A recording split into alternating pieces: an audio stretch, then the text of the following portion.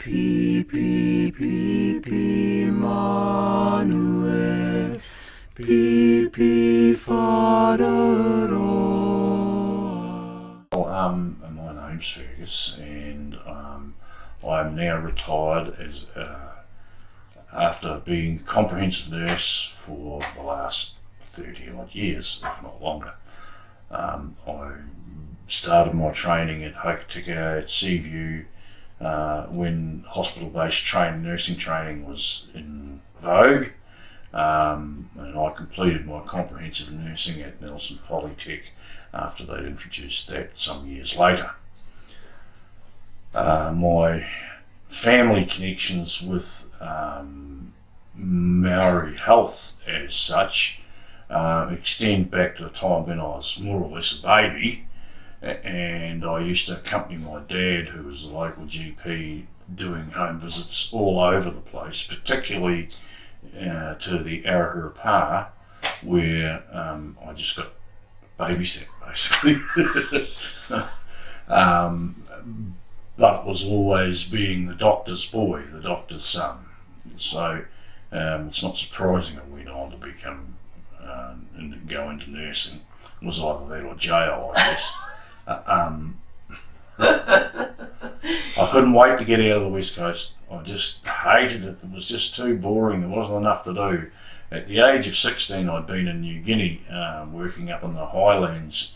I was still at high school, but I had a holiday job up there, but that extended out to 3 months' time, and by the time I got back to the West Coast, I really didn't want to be here.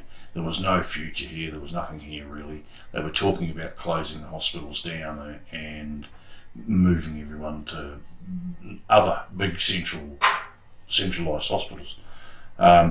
Community services at that time consisted of community nurses who were run directly by the hospital, out of the hospital itself.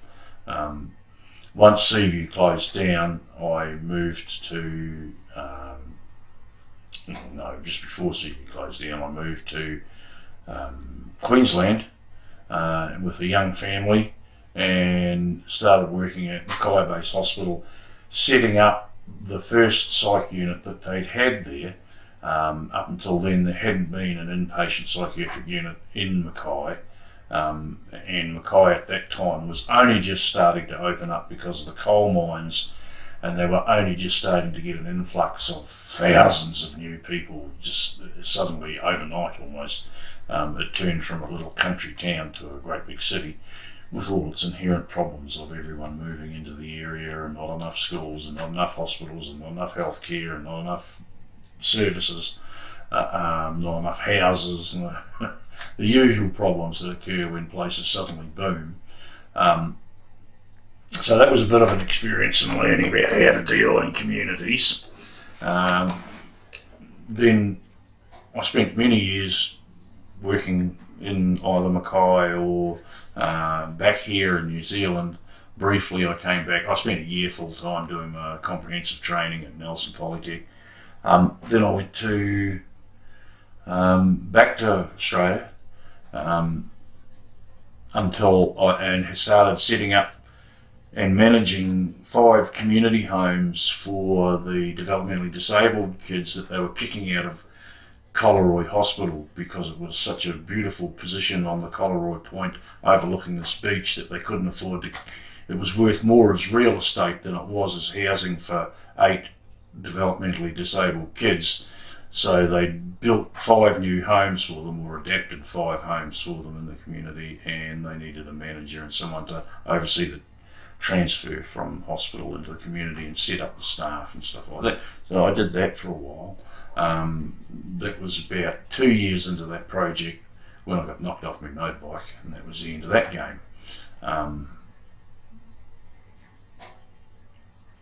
From there, after rehab, which was made more complicated by the fact that I was a Kiwi living in Australia and that I was in Victoria, which had different rules to New South Wales, and all that sort of thing. It took the best bit of 5 years to sort all that out. And in the meantime, I got really bored and had come back to my roots in New Zealand and started my own jade carving shop here in Hokitika.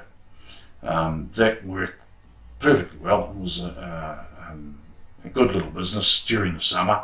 At that time, we actually have a tourist season which was only over the summer. And during the winter time, I was going back to Queensland to do contract nursing for people up in North Queensland at that time, who were really quite glad to get someone who they could send off out to the bush, and knew that I wasn't going to start crying for mummy or turn into a pumpkin at midnight. turn into a pumpkin at midnight and want to come home again at great expense. They were basically 3-month contracts. The majority of the time that I worked doing those contracts was from either the acute community mental health assessment team based in Cairns, or the community teams that were based either in Northern District or Southern District, with Cairns more or less as the middle area. In the Northern District, I was sent off to various places from Thursday Island to Cooktown, and from Cooktown basically I had the overall responsibility of looking after people with mental illnesses in the Aboriginal communities which are closely associated with that area, in particular Hopevale, and the other one was called Wudjil. After that I came back to New Zealand and I goofed off working around doing Jade, and got a job working for Rata Tiafina. We're a Maori health provider here. And I worked for them for about 7 years, and got involved in quite a few little community programs that we did. Kia ora. My name is Andrew Beecroft. I'm the current Children's Commissioner in New Zealand, a role I've held for 9 months. A wonderfully challenging, rewarding, utterly absorbing job, but full of responsibilities and not without some anxieties. But we're obviously working hard to think, how can we advocate better for the 1.12 million under 18-year-olds in New Zealand? That's nearly a quarter of our population, and it's a population that has little voice and certainly no direct input into decision making, and we look forward to the discussion. Kia ora. Kia ora, ko Awhini Buchanan taku ingoa. I've worked in the child youth development sector most of my working career. It's a really privilege to work for the Children's Commissioner's Office, advocating for our children and our young people. Kia ora. Pi Manuel, Pi Father.